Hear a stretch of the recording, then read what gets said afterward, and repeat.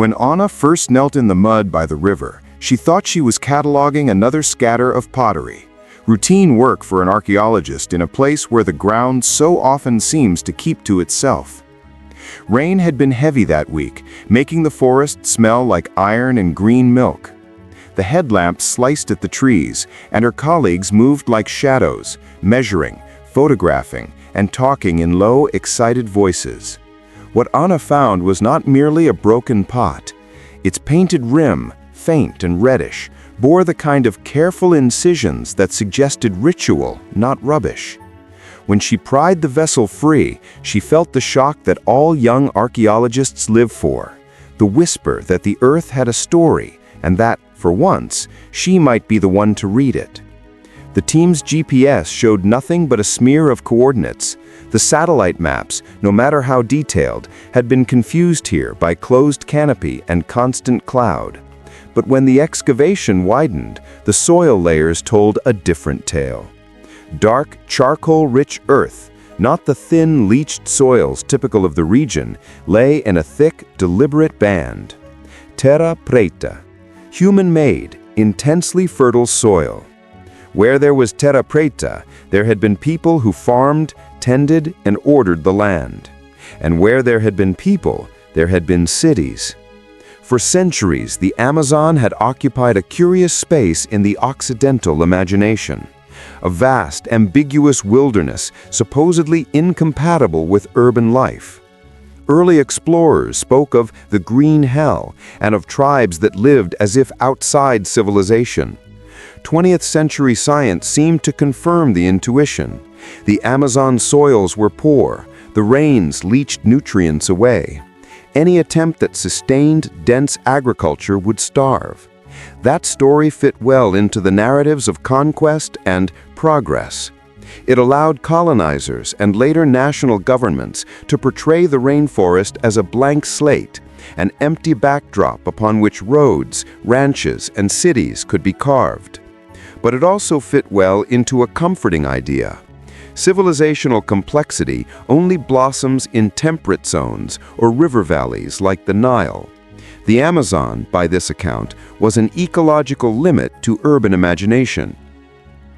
Archaeologists had hints to the contrary. For decades, reports of mounds, causeways, and geoglyphs had surfaced from isolated pockets. Indigenous oral histories remembered great settlements, and foraging peoples had managed complex systems of manioc varieties, fish weirs, and forest gardens. But these pieces were fragmented until the late 20th and early 21st centuries, when new methods, remote sensing, and a different kind of curiosity converged.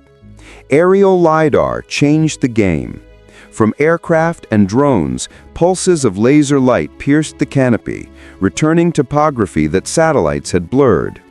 Suddenly, invisible lines revealed themselves, ringed enclosures, grid-like terraces, and canals that threaded across floodplains like arteries. Where the forest appeared random, the laser sketched the logic of human design.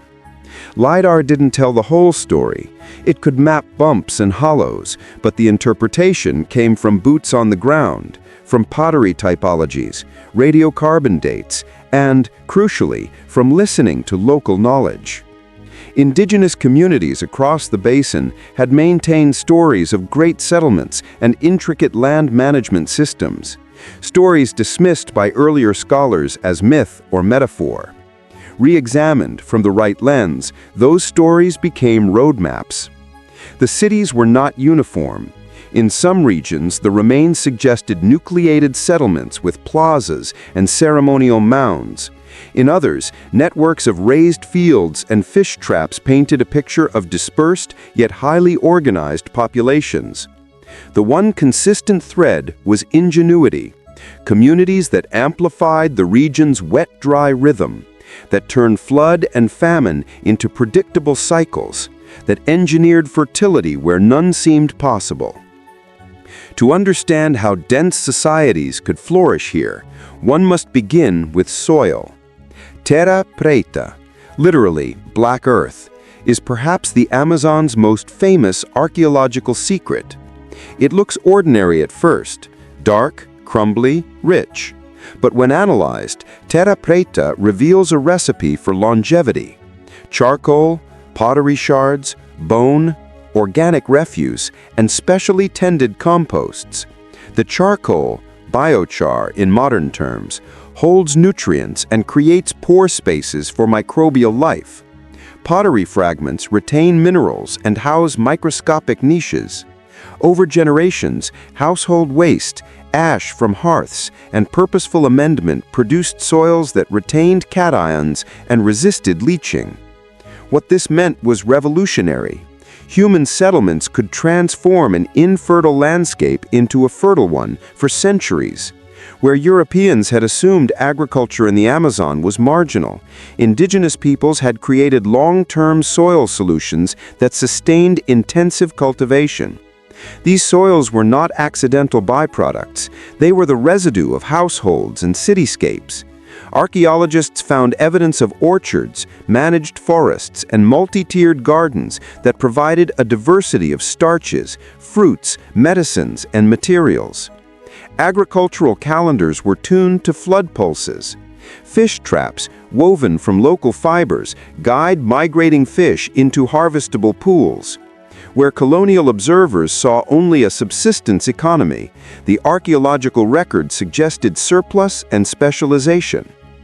Ancient Amazonian cities were not the stone-built dramas of the Mediterranean antiquity. Rather, their architecture relied on earth, wood, and the seasonal choreography of water. Plazas were built on raised mounds, ringed by dwellings perched above floodlines. Causeways connected settlements across marshy landscapes, often engineered with layers of gravel and clay to remain passable through the rainy months. These causeways sometimes aligned with ceremonial axes. Plazas faced particular stars or river bends. The spatial logic integrated cosmology and economics. In archaeological lenses, a plaza might be an administrative center, a market, a seasonal assembly point, and a sacred theater all at once. The material traces, post holes, fired clay floors, hearths, told of densely inhabited spaces where markets hummed and craftspeople plied pottery, weaving, and metallurgy when available. Metals were not ubiquitous, but where they existed, they suggested long-distance connections. Shells and exotic stones traveled vast distances, traded along rivers that functioned as highways. Iconography on pottery and in rock art hinted at shared myths across regions. Flood myths, creation stories, and tales of jaguar and river spirits. The cities were nodes in a vast cultural network, an archipelago of human creativity amidst the water and greenery. What happened to these cities? The simplistic answer, that the forest reclaimed them after a single catastrophic collapse, is incomplete. The truth is complicated and often tragic. Contact with Europeans brought disease, dislocation, and violence on a scale the region had never seen. Smallpox and other introduced illnesses swept through population centers with no immunity to hold them back. Social structures frayed. Within decades, some urban systems eroded as labor and knowledge were lost or displaced. But collapse is also a word that obscures persistence. Indigenous peoples adapted, migrated, and reconstituted cultures in new forms. Terra preta remained, fertilizing the same plots. Forest gardens persisted in pockets. Myths and craft techniques adapted to new realities. Colonial narratives centered on disappearance. Indigenous narratives emphasized continuity under new pressures.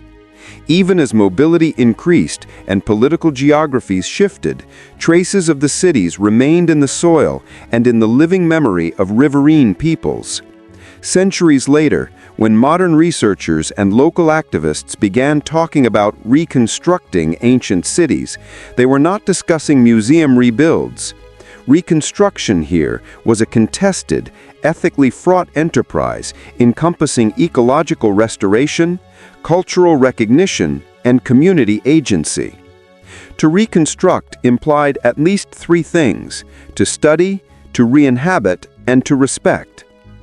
Some projects were archaeological in the narrow sense, careful excavations, cataloging artifacts, publishing findings.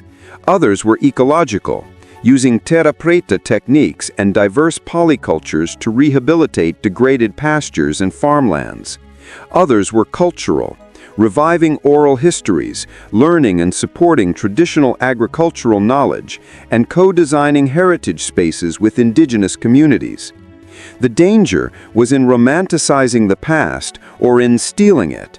Too often, outsiders proposed reconstructions that painted indigenous peoples as relics. The ethically sound projects were those that placed local people at the center, listened to elders, and acknowledged contemporary indigenous claims to land and memory. If the reader wants a single image to steal into their mind, Imagine Villa das Aguas, a reconstructed network of plazas, raised fields and waterways on the upper reaches of a tributary. The name, Village of Waters, was not antique, but chosen by local leaders to capture continuity. The project began modestly, as many such projects do. A community meeting, a handful of volunteers, and a scientist who had long since stopped believing that solutions must come only from laboratories. They started by reclaiming a stretch of degraded pasture and standing the soil on its head, returning charcoal, composting, and reintroducing diverse manioc cultivars. Young people learnt to make biochar in kilns built from old drums. Elders taught the family-level techniques that turned a mere garden into an agroforest. As the soil darkened, crops improved, and the economic calculus of the village shifted. Surpluses allowed people to re-establish market ties. But the real transformation was civic. Canal repairs, raised roads that followed ancient lines, and the placement of a communal plaza where a cluster of mounds had once been. Archaeologists aided the work, but the villagers, not the museum or the university, decided what to rebuild. They reconstructed festivals, dance forms, and a public assembly to make decisions for the new old village. To the outside observer, Villa das Aguas was a laboratory in slow time. Ancient techniques adapted for modern problems. Yet to its participants, it was something else, a way of repairing connections severed generations ago. Rebuilding ancient cities in the Amazon becomes political because it forces modern nations to reckon with their pasts. If dense, sophisticated societies existed before colonization, then the narratives that justified dispossession and land grabs become weaker. Recognition implies restitution, land rights, and a reconfiguration of development priorities. In Brazil and other Amazon basin nations, this has caused tensions. Ranchers and loggers who have profited from deforestation see reconstructed histories as threats. Indigenous and riverine groups see them as opportunities for sovereignty and livelihood. Academics and NGOs mediate, sometimes clumsily. The most successful initiatives were those that built coalitions, not between state and civil society alone, but between scientists, elders, artisans, and youth. A reconstructed plaza could also be a site of legal claim. When a village can demonstrate continuous occupation or a clear connection to pre-colonial cities, its claims for land rights harden. That legal standing matters in courtrooms where the language of evidence still privileges written records over oral histories. Anna, the archaeologist who first found the pottery shard, came to see her role as less an owner of knowledge than a translator. At first, she had wanted headlines. She had learned to be careful. Even the best-intentioned write-ups could be extractive. So she began to write differently. Reports that foregrounded local voices, exhibitions that traveled as much to nearby communities as to metropolitan museums, and outreach programs to bring school children to the sites. Her translations of soil samples, architectural plans, and story fragments were not neutral. They carried the biases of the recorder. The more she listened, the more she realized that the most honest reconstructions were not about resurrecting a single frozen past, but about enabling living communities to remember and adapt. That meant accepting complexity, that some rituals may be reinvented, that pottery styles would be hybrid, and that the reconstructed causeway might be a footpath for a new generation. Archaeology, in this sense, became a civic art. One of the surprises for many outside observers was how market systems and memory intertwined. The plazas that archaeologists mapped were not merely ceremonial, they were commercial engines. In reconstructing trade networks, modern communities rediscovered pathways for fish, starches, and crafts. Artisans who learned to reproduce ancient ceramic techniques found a niche in heritage tourism and local markets. These economies were not exotic, they were practical, enabling youth to find livelihoods connected to tradition rather than extracted resources. Memory played a role too. Storytelling nights in the reconstructed plaza became forums where elders taught younger generations about flood signs, planting times, and ritual obligations. This was not a nostalgic performance. It was a knowledge transfer system that reduced risk and strengthened communal norms. The more the projects honored memory, the more durable they were. The reconstruction projects often combined lab work with indigenous practice. Soil scientists analyzed terra preta and blame no one for the centuries of fine-grained labor embedded there. Hydrologists mapped ancient canals and compared them with modern flood models. Ecologists realized that ancient agroforestry systems had high biodiversity value and might offer climate-resilient pathways for modern agriculture. At the same time, the people who had inherited fragments of these systems, fishers, mobile horticulturists, basket weavers, had knowledge that could not be replicated by models alone. Those practices were adaptive, context-specific, and socially embedded. The most fruitful collaborations were those in which models and practice met. Scientists learned from practitioners, and practitioners used scientific tools when they proved useful. Not every story of reconstruction is a triumph. Some landscapes are too altered, some soil horizons too damaged by fires and cattle. The cost of erasure is real.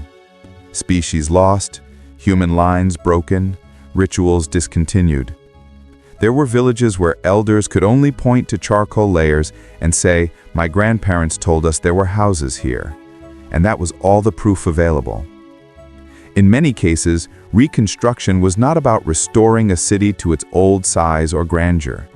It was about recovering capacity, the ability to manage soil, water, and plant diversity, and restoring dignity.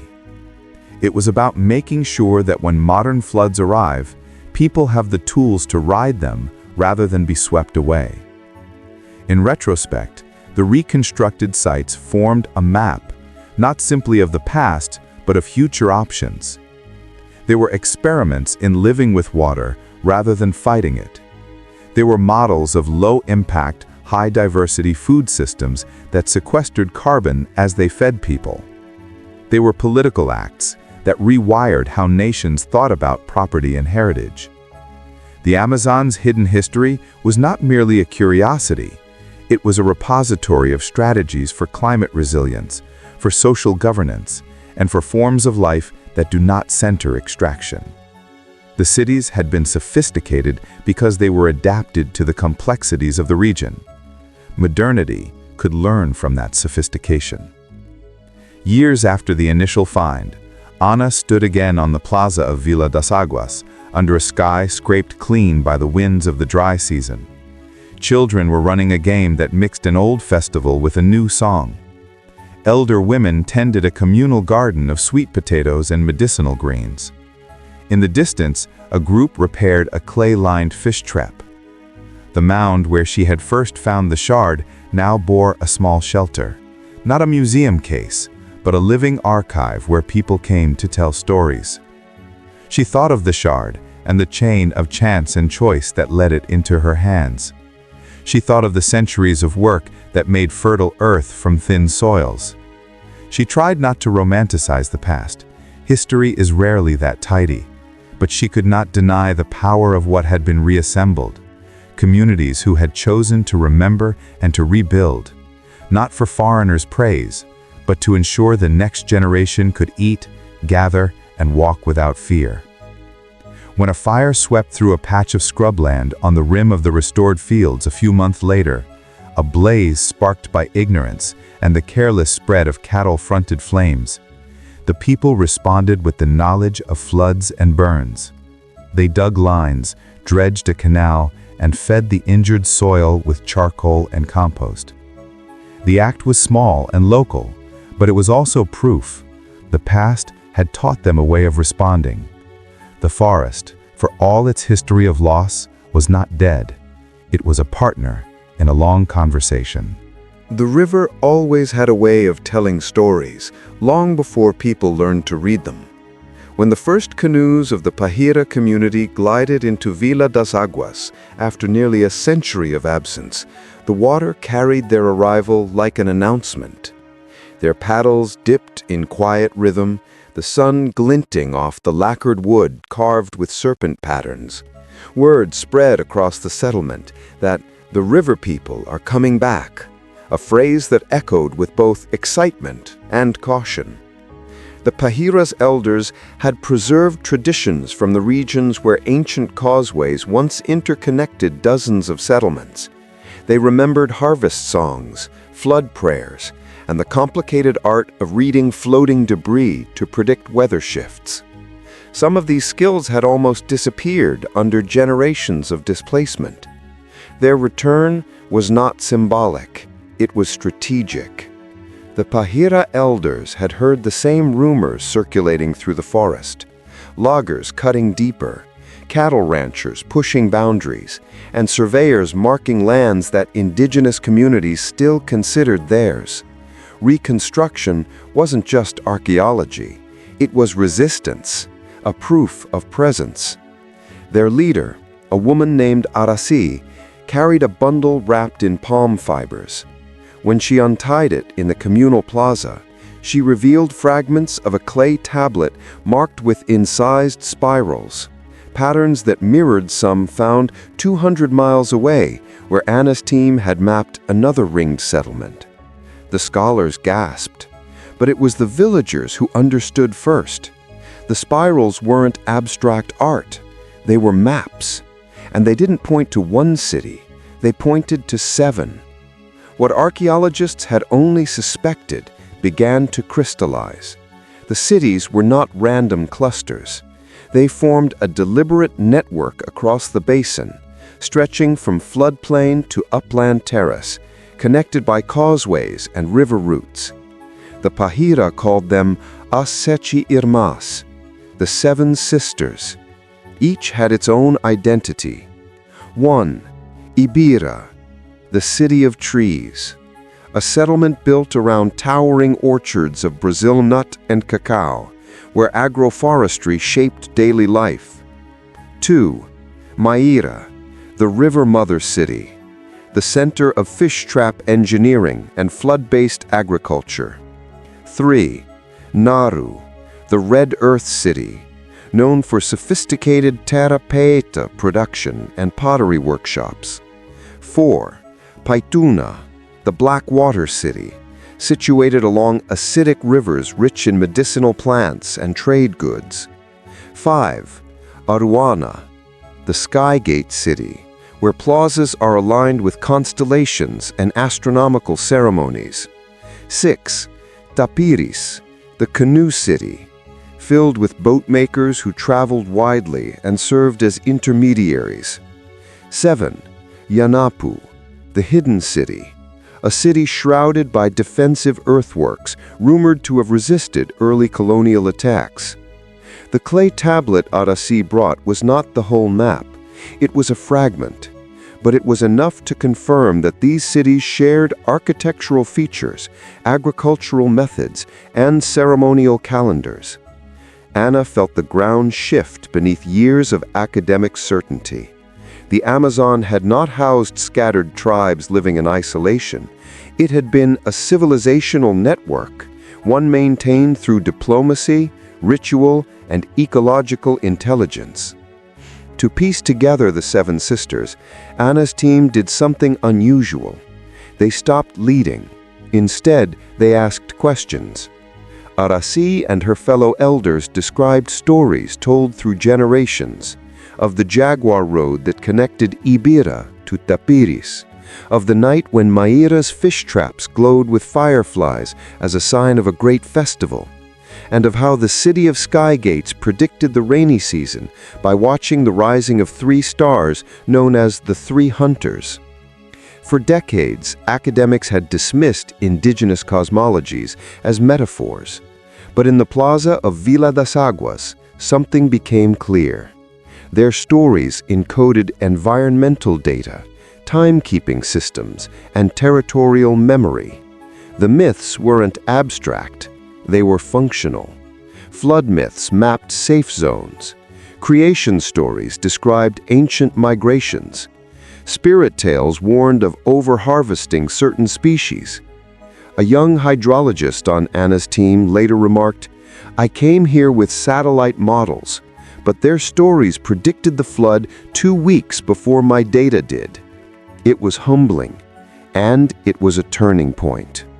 As reconstruction expanded outward, the forest itself began to reveal signs of the Seven Sisters.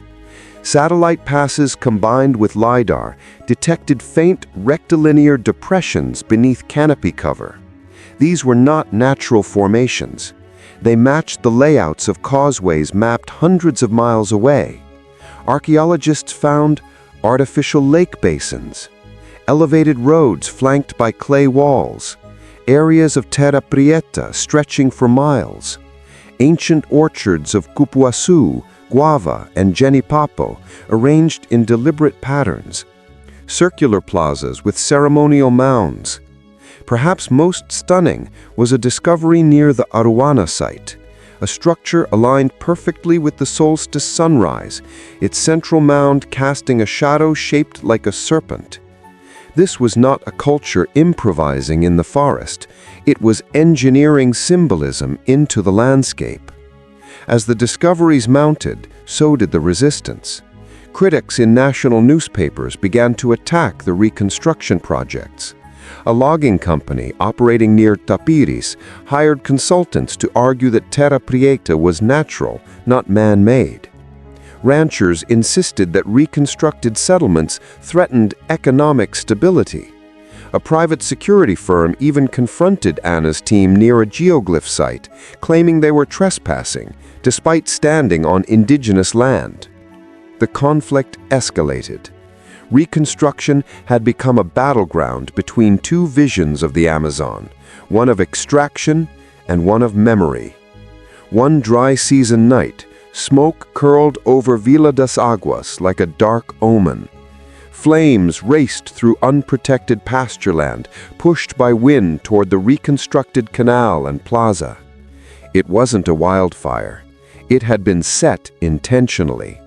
As villagers ran with buckets and shovels, Anna dropped her camera and joined them. They dug trenches, diverted water from the canal, and beat flames with palm fiber mats. Young people used the new irrigation channels, built based on ancient designs, to redirect water and slow the blaze. Hours later, the fire fell into smoldering defeat. The village was saved, and the ancient engineering saved it. What colonial narratives called primitive had protected them from modern arson.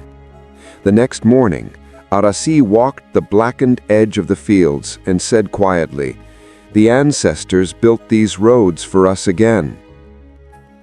Months after the fire, Anna received permission to lead a joint archaeological community project at Naru, one of the Seven Sisters. Naru had been a mystery for years. Thick vegetation, snake habitat, and legal disputes had kept researchers away. But after negotiations, the community and government agreed to a supervised excavation. The first surprise came quickly. Underneath a layer of compacted clay, they found an enormous circular plaza, nearly twice the diameter of the one at Vila das Águas. Fragments of elevated platforms surrounded it, with thousands of pottery shards. Some pottery were painted in deep red pigments, others bore complex etchings. The designs matched those on Araci's fragmentary map. But the biggest revelation came from the soil. Nauru held the richest terra prieta yet discovered, meters deep, spanning acres. It was clear that residents had cultivated this soil for centuries, layering charcoal, shells, bones, compost, and clay. The diversity of pollen grains trapped in the soil suggested vast agroforestry systems, not random forest, engineered forest. When Anna held a shard of intricately carved pottery against the sun, she felt as though she was touching the pulse of a city that refused to disappear. On her final night in Vila das Águas, Anna returned to the mound where she had found the first pottery shard so many years ago. Fireflies blinked across the twilight, and the air was thick with night flowers. She placed her palm on the earth. It felt warm, alive, a living memory. She no longer wondered whether ancient Amazonian cities were real. The truth was all around her, in the soil, the people, the rebuilt orchards, the canals, and the songs sung across plazas. The forest spoke, and at last the world was listening.